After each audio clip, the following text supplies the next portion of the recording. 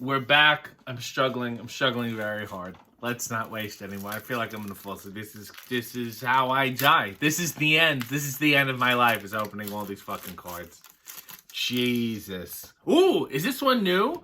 Dog Day Afternoon. The boys are tied up. Are they being robbed? Are they being mugged? Are they being blackmailed? Let's find out.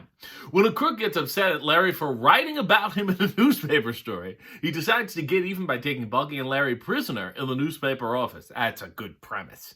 Tied up in a chair, the two cousins are left with no choice but to work as a team, using their combined brain power to get out of the mess. This is an episode I want to watch immediately. Let's move on. Oh, another good one. The Good, the Bad, and the Urkel. Rachel Bell Johnson looks adorable. Steve's not the only one who has fantasies on the show. Here, Carl dreams that the sheriff of a western town and Urkel is the dreaded outlaw, Two Gun Urkel. This is just a dream. This is just Carl's dream. It's so fucking cheap. All the other Winslow family members appear in the dream. Here, Two Gun and the sheriff meet for the final showdown. I can't believe they couldn't have found a creative way to get into this. Nothing has to make sense. Carl, just dream it. Uh-oh. Who likes to work out? Bob Saget does. It's called Shape Up. Kimmy is having a birthday party, and of course DJ is invited, but it's a pool party, and that means wearing bathing suits in front of lots of guys. She's like 16. Word about her figure that, yeah, when you're this age, your figure's the worst, always. DJ dives into a dangerous diet that can make her sick and ends up learning a lot about healthy eating and healthy attitude. And you know who knows about healthy eating and healthy attitudes? Bob Saget.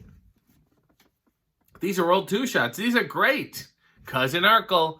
I forgot about this, and I remembered it, and it was a weird part of my brain that I'm ashamed of dealing with. Steve finally gets a chance to visit some relatives in Mississippi. So who takes his place? Why, it's his cousin Myrtle, of course.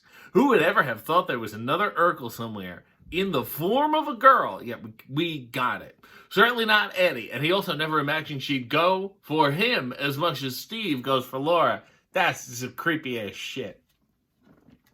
I hate it. They would always do in all these sitcoms, in addition to a car driving through the living room, the other plot that they would always do is, I'm going to Kentucky, a hick version of myself will now be made available for you. That exchange student kind of thing. It's so weird. Myrtle Urkel is not that bad, though. But that's so...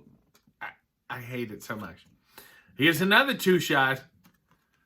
Here's Kimmy. Kimmy Gibbler is back. Good for her. What's this called? Working Girl. That sounds fun. A part-time job sounds like a great idea to DJ, but her dad won't allow it until she promises to keep her grades up in science class. How dare you make money? She agrees, but soon finds out that working is a lot more than just fun and games. It's literally work.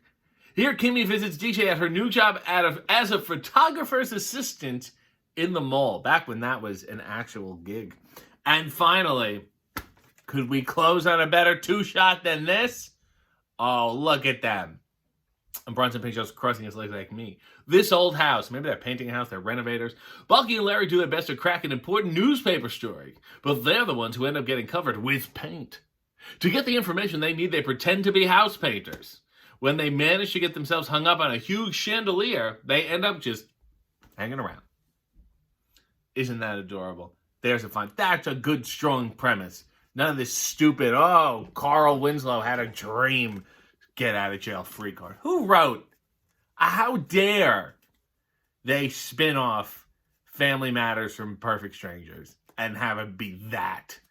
You want to be ashamed of themselves.